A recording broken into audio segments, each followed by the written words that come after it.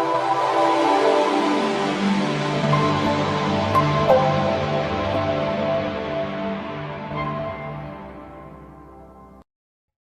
teman-teman. Shalom. Saya harap semoga kita tetap sehat dalam perlindungan tangan Tuhan. Kita akan memulai ibadah kita. Mari kita angkat pujian hari ini. Kurasa bahagia.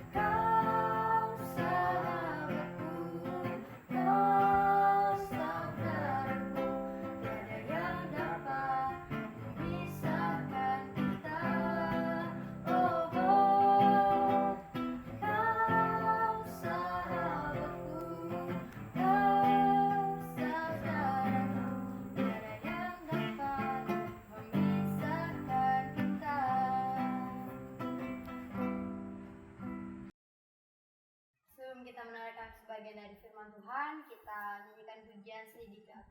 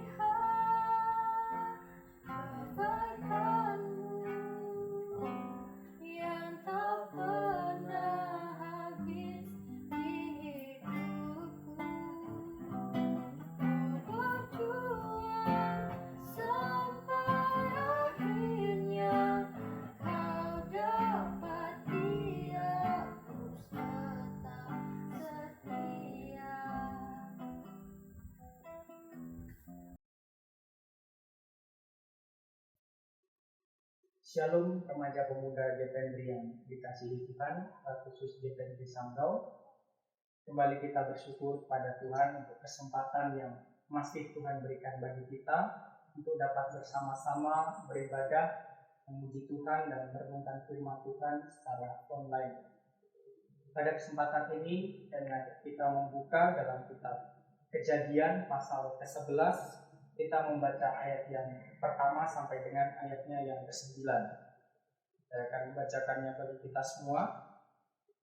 Di bawah perikop Menara Babel. Adapun seluruh bumi satu bahasanya dan satu logatnya. Maka berangkatlah mereka ke sebelah timur dan menjumpai tanah datar di tanah Sinear. Lalu menetaplah mereka di sana. Mereka berkata seorang kepada yang lain, "Marilah kita membuat batu bata dan membakarnya baik-baik." Lalu bata itulah dipakai mereka sebagai batu dan ter gala-gala sebagai tanah liat. Juga kata mereka, "Marilah kita dirikan bagi kita sebuah kota dengan sebuah menara yang puncaknya sampai ke langit. Dan marilah kita cari nama, supaya kita jangan terserak ke seluruh bumi."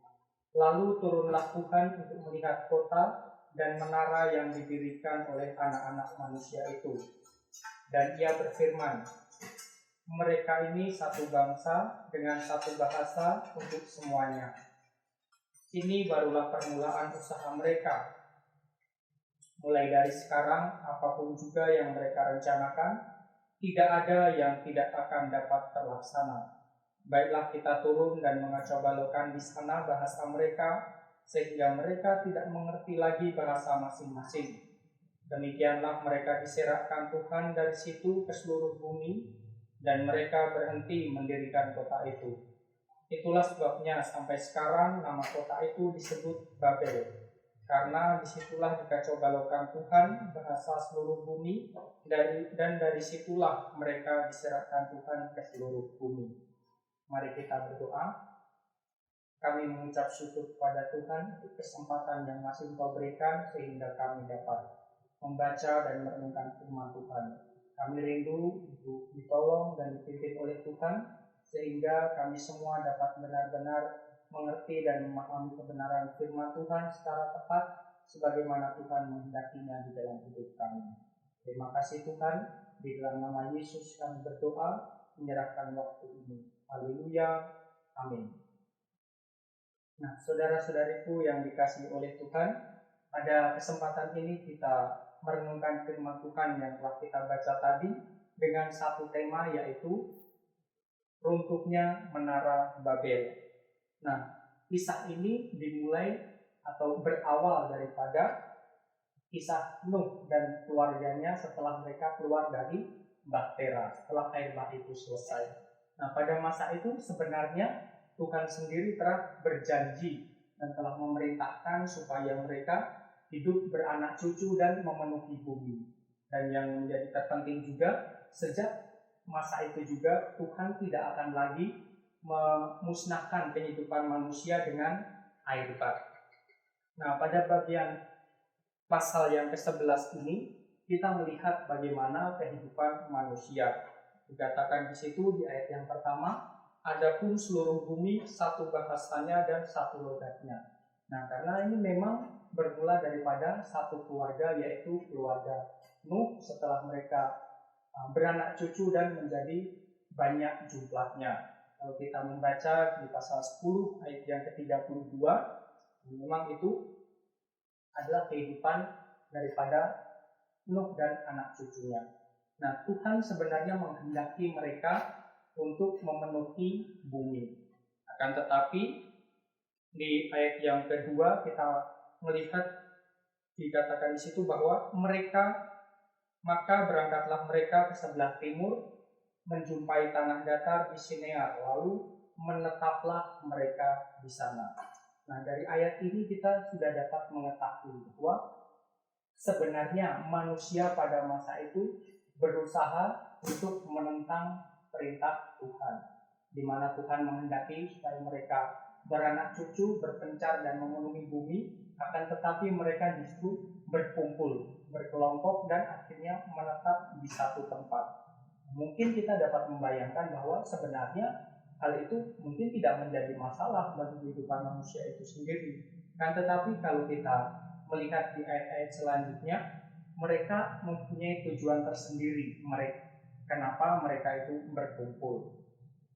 Nah, kita melihat di ayat yang ketiga, mereka berunding untuk membuat batu bata dan membakarnya baik-baik. Sebenarnya kalau kita memahami hal ini, inilah peradaban manusia yang pertama kali semenjak terjadinya air bah. Di situ mereka mulai membuat batu bata dan juga atau gala-gala. Itulah yang mereka gunakan untuk membangun suatu kota dan yang ada menaranya sampai ke langit. Pada masa itu sebenarnya untuk membuat suatu bangunan mereka menggunakan batu. Akan tetapi karena tidak adanya itu, maka mereka menggunakan batu bata. Akhirnya mereka membuat itu dan membakarnya. Inilah peradaban manusia yang pertama kali setelah terjadinya air bah. Hal ini sebenarnya menunjukkan bahwa manusia pada masa itu mereka mempunyai daya pikir yang sangat baik dan sangat bagus, dan mereka mampu untuk menciptakan suatu peradaban yang baru. Kemudian di ayat yang keempat juga, di situ dikatakan tentang ajakan atau perundingan mereka untuk membangun suatu kota supaya mereka bisa menetap dan tinggal di situ. Nah, mereka ingin membangun benteng untuk diri mereka sendiri. Yaitu ketika mereka membangun suatu kota, sebenarnya mereka ingin membangun benteng supaya dapat melindungi mereka ketika bencana air bah atau bencana yang lainnya itu muncul. Nah, hal ini sesungguhnya menunjukkan ketidakpercayaan umat manusia pada masa itu tentang adanya janji Tuhan. Sebab kalau kita membaca di pasal yang ke-9, itu merupakan perjanjian Tuhan dengan Nuh. Dan satu poin yang tidak boleh kita lupakan adalah Tuhan tidak akan pernah membinasakan manusia lagi dengan air bah. Akan tetapi manusia pada masa itu justru mereka tidak percaya. Akhirnya mereka berusaha untuk membangun kota, membangun benteng bagi kehidupan mereka, supaya ketika bencana itu datang mereka bisa bersembunyi di situ. Kemudian selain membangun kota, mereka juga membangun suatu menara yang puncaknya sampai ke langit. Hal ini sebenarnya menunjukkan bahwa keangkuhan manusia itu berusaha untuk melawan Tuhan, berusaha untuk menyaingi kekuasaan Tuhan. Mereka ingin membuktikan bahwa tanpa kekudusan manusia itu bisa mendekat kepada Tuhan. Tanpa kekudusan manusia itu bisa mencapai Tuhan.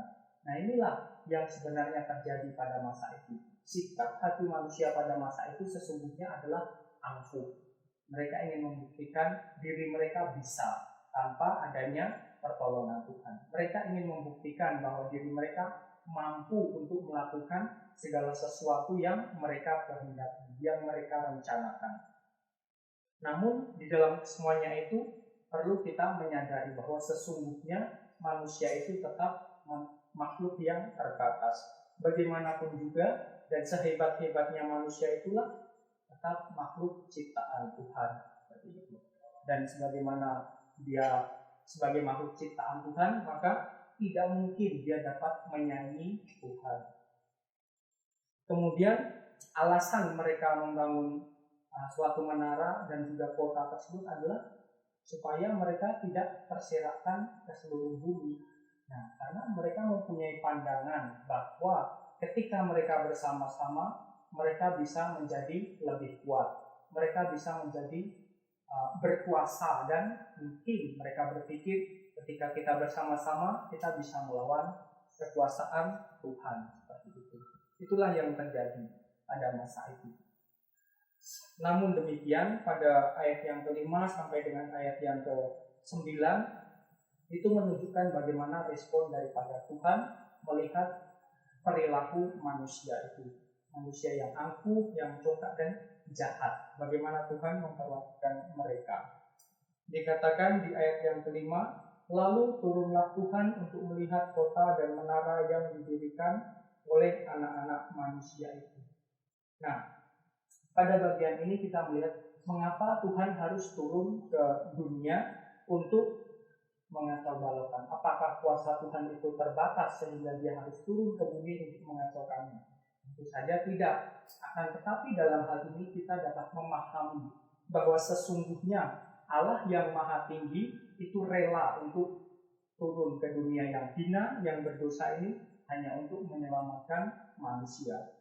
Tuhan tentu mengetahui apa yang akan terjadi ketika manusia itu mempertahankan kesombongannya, ketika manusia itu mempertahankan kejahatannya. Tuhan mengetahui apa yang akan terjadi dalam kehidupan manusia. Oleh karena itu, daripada manusia itu semakin berlaku jahat, maka Tuhan turun untuk menyatakan kekuasaannya dan menyerahkan mereka, supaya mereka pun mengetahui bahwa Tuhan bukanlah Allah yang bisa untuk disamai oleh ciptaannya.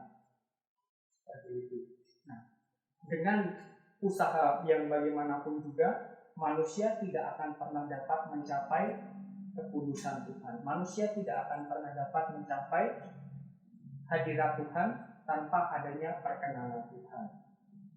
Dan manusia juga tidak akan pernah bisa menyaingi atau menandingi kekuasaan Tuhan yang tidak terbatas. Maka dengan seketika waktu saja Tuhan dapat mengacau balaukan kehidupan manusia. Tuhan dapat membuat peradaban manusia yang pada masa itu sedang berkembang, bahkan mungkin sangat pesat, Tuhan bisa mengacaukannya. Tuhan bisa menghancurkannya, bahkan menyerahkan kehidupan manusia itu sendiri. Nah, oleh sebab itu kita sebagai anak-anak muda, sebagai remaja pemuda gereja, tentu kita juga memiliki yang namanya kekuatan. Sebagai pemuda dan remaja, kita mempunyai masa yang potensialnya sangat tinggi untuk kita bisa berkembang.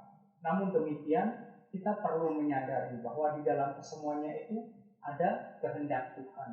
Nah, yang perlu kita sadari dan perlu kita cari adalah apa yang menjadi rencana Tuhan dalam kehidupan kita sebagai remaja pemuda. Jangan sampai kita sebagai remaja pemuda justru ingin membanggakan diri, justru ingin menyombongkan diri dengan segala kekuatan, dengan segala kemampuan yang kita miliki hanya untuk memuaskan diri, hanya untuk membuktikan bahwa diri kita mampu. Tapi baiklah kita sebagai remaja pemuda untuk selalu belajar mengerti apa yang jadi kehendak dan rencana Tuhan di dalam hidup kita, supaya kita pun dapat benar-benar hidup sebagaimana mestinya sesuai dengan kehendak dan rencananya. Amin. Untuk firman Tuhan, mari kita berdoa. Kami bersyukur ya Tuhan untuk firman-Mu yang boleh kami baca dan renungkan bersama-sama. Kami berdoa biarlah pimpinan dan pertolongan Tuhan memberikan kami pengertian dan pemahaman yang tepat dengan firman Tuhan. Bahkan kami dimampukan untuk tetap hidup mengerti kehendak Tuhan dan melakukan segala sesuatunya secara tepat. Di dalam nama Yesus kami berdoa. Haleluya. Amin.